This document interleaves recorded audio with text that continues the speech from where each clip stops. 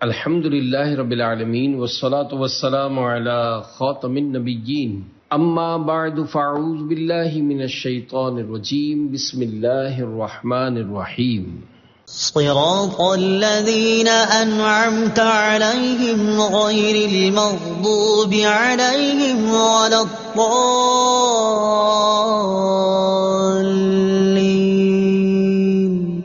ترجمہ: ان لوگوں کا راستہ جن پر تو نے احسان کیا، نہ کہ ان کا راستہ جن پر غضب ہوا اور نہ بہکے ہوئوں کا۔ صراط الذین انعمت علیہم، ان لوگوں کا راستہ جن پر تو نے احسان کیا۔ تفسیر صراط الجنان میں اس کی تفسیر کچھ اس طرح ہے۔ یہ جملہ اس سے پہلی آیت کی تفسیر ہے کہ صراط مستقیم سے مراد ان لوگوں کا راستہ ہے جن پر اللہ تعالیٰ نے احسان و انعام فرمایا، اور جن لوگوں پر اللہ تعالیٰ نے اپنا فضل و احسان فرمایا ہے ان کے بارے میں ارشاد فرماتا ہے: وَمَن يُطِعِ اللَّهَ وَالرَّسُولَ فَأُولَئِكَ مَعَ الَّذِينَ أَنْعَمَ اللَّهُ عَلَيْهِم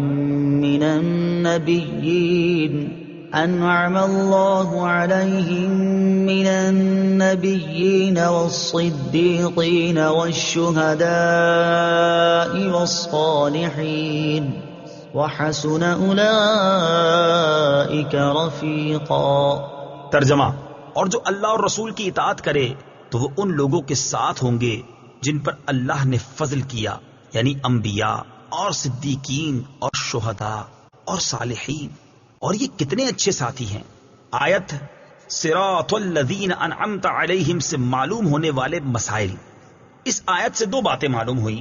نمبر ایک، جن امور پر بزرگان دین کا عمل رہا وہ صراط مستقیم میں داخل ہے۔ نمبر دو، امام فخر الدین رازی رحمت اللہ تعالی علیہ فرماتے ہیں، بعض مفسرین نے فرمایا کہ اہدنا الصراط المستقیم کے بعد صراط الذین انعمت علیہم کو ذکر کرنا اس بات کی دلیل ہے کہ مرید ہدایت اور مکاشفہ کے مقامات تک اسی صورت پہنچ سکتا ہے جب وہ کسی ایسے پیر کامل کی پیروی کرے جو درست راستے کی طرف اس کی رہنمائی کرے، غلطیوں اور گمراہیوں کی جگہوں سے اسے بچائے، کیونکہ اکثر لوگوں پر نقص غالب ہے اور ان کی عقل حق کو سمجھنے، صحیح اور غلط میں امتیاز کرنے سے قاصر ہیں۔ تو ایک ایسے کامل شخص کا ہونا ضروری ہے جس کی ناقص شخص پیروی کرے، یہاں تک کہ اس کامل شخص کی عقل کے نور سے اس ناقص شخص کی عقل بھی مضبوط ہو جائے، تو اس صورت میں وہ سعادتوں کے درجات اور کمالات کی بلندیوں تک پہنچ سکتا ہے۔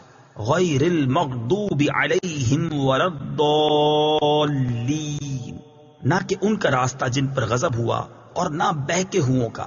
اس کی تفسیر صراط الجنان میں ہے۔ جن پر اللہ تعالیٰ کا غضب ہوا ان سے مراد یہودی اور بہکے ہوئوں سے مراد عیسائی ہیں، جیسا کہ سنن ترمذی جلد 4 صفحہ 444 حدیث نمبر 2964 میں ہے، اور امام فخر الدین رازی رحمت اللہ تعالی علیہ نے یہ بھی لکھا ہے کہ جن پر غضب ہوا ان سے مراد بد عمل ہیں اور بہکے ہوئوں سے مراد بد عقیدہ لوگ ہیں۔ ہر مسلمان کو چاہیے کہ وہ عقائد، اعمال، سیرت، صورت ہر اعتبار سے یہودیوں، عیسائیوں اور تمام کفار سے الگ رہے، نہ ان کے طور طریقے اپنائے اور نہ ہی ان کے رسم و رواج اور فیشن اختیار کرے، اور ان کی دوستیوں اور صحبتوں سے دور رہتے ہوئے اپنے آپ کو قرآن و سنت کے سانچے میں ڈھالنے میں ہی اپنے لیے دونوں جہان کی سعادت تصور کرے۔ آیت ولدالین سے متعلق شرعی مسئلہ۔ بعض لوگ ولدالین کو ولضالین پڑھتے ہیں، ان کا ایسا کرنا حرام ہے۔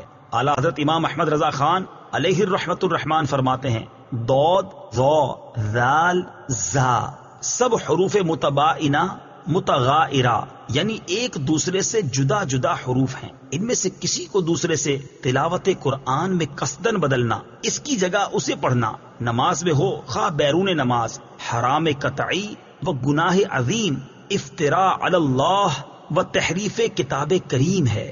اس مسئلے کے بارے میں دلائل کے ساتھ تفصیلی معلومات حاصل کرنے کے لیے فتاوی رضویہ کی 6 جلد میں موجود ان رسائل کا مطالعہ فرمائیں۔ نمبر 1، نعم الزاد لروم الضاد، یعنی ضاد کی ادائیگی کا بہترین طریقہ۔ نمبر 2، الجام الصاد عن سنن الضاد، ضاد کی ادائیگی کے غلط اور صحیح طریقوں کا بیان۔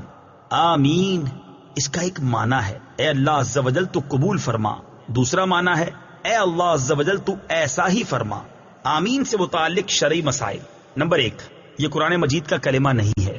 نمبر 2، نماز کے اندر اور نماز سے باہر جب بھی سورہ فاتحہ ختم کی جائے تو اس کے بعد آمین کہنا سنت ہے۔ نمبر 3، احناف کے نزدیک نماز میں آمین بلند آواز سے نہیں بلکہ آہستہ کہی جائے گی۔ صدق اللہ